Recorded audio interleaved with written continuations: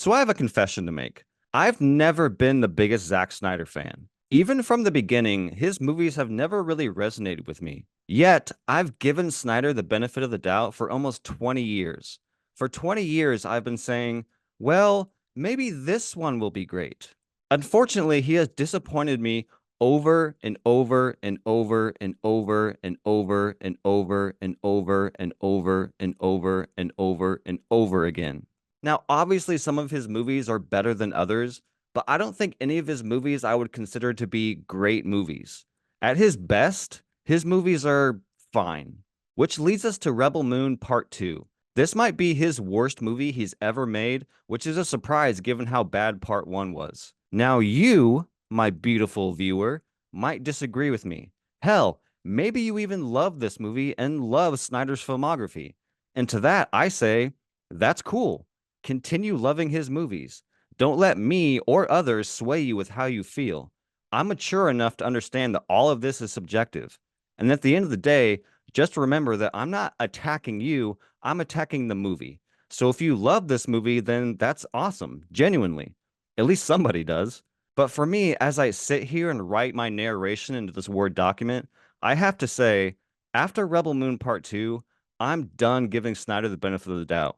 And I think I'm just done with Zack Snyder. Now, typically, this is the part where I give a quick plot breakdown of a movie, but with Rebel Moon Part 2, it doesn't matter. It really doesn't.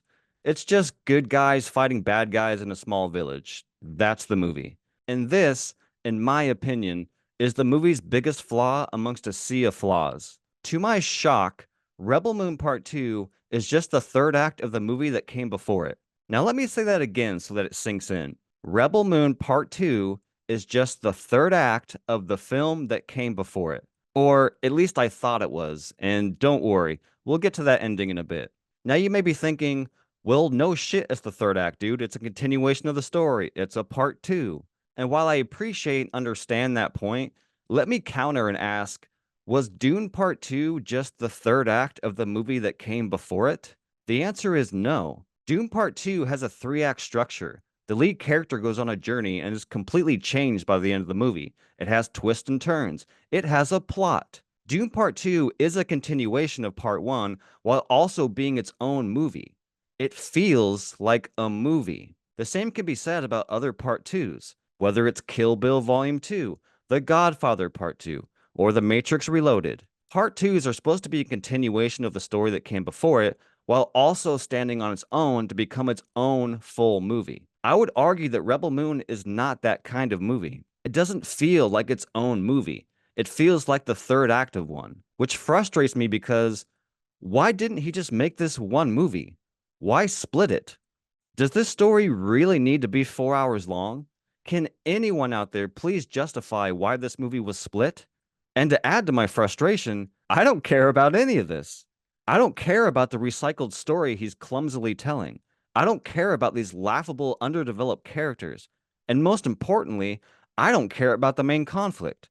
These last two movies have been a complete waste of my time. The next thing I want to bitch about is good old exposition. Now, there's this saying in filmmaking that you've probably heard a million times, but the saying is show, don't tell. And the reason why that's so important is because showing, not telling, has a bigger impact on an audience, which is why a lot of filmmakers choose to show and not tell because it's better for the story and for the audience to experience events as opposed to just people talking about the events.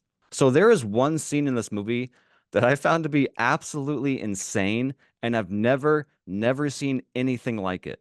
There is a scene in this movie where our main characters are sitting around a table and they one by one start feeding us exposition on their own troubled history. And each of these stories are accompanied by flashback footage chock full of slow motion and somber music. I'm not trying to be hyperbolic here, but this has to be the laziest scene I've seen in a movie. It's as if Snyder was like, oh crap, I forgot to show all the characters' backstories. Oh, I know. I'll just have them sit around a table and they can go one by one and just tell us. This is the most egregious use of exposition I've seen in a movie, and I challenge anyone out there to find any other movie in existence that has more exposition dumps than this movie has. I'll wait. Then we get to the ending. Just when I thought this nightmare was over, just when I thought, Finally, I can rest easy and never think about these movies ever again. Snyder comes out with the biggest middle finger and says, not so fast. The story will continue because I'm not done milking the story yet. Like, come on, man. There is no way in hell I'm watching a third movie. And you might say, well, hey, dude, you already invested so much time in it. You might as well finish it. And to that, I say, I haven't invested in shit.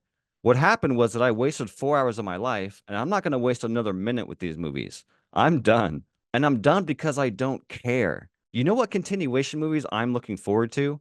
The next Spider-Verse, the next Mission Impossible, the next Dune. I'm looking forward to them because those movies were awesome, and I care enough to see where the story goes next. I have zero, literally zero interest on where Rebel Moon goes from here. We can be here all day discussing why this movie was so bad. Why are there four montages of people harvesting grain in slow motion? Why does that boy like the lightsaber lady? Why does any of this matter? Why should I even care? At the end of the day, I think this movie is an absolute nightmare, and I do not recommend this movie at all.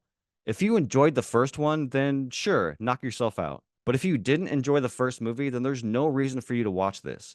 It is without a doubt the worst movie I've seen this year, the worst Zack Snyder film, and ultimately the film in his filmography that has broken the camel's back for me because I'm done watching his films. They're just not for me.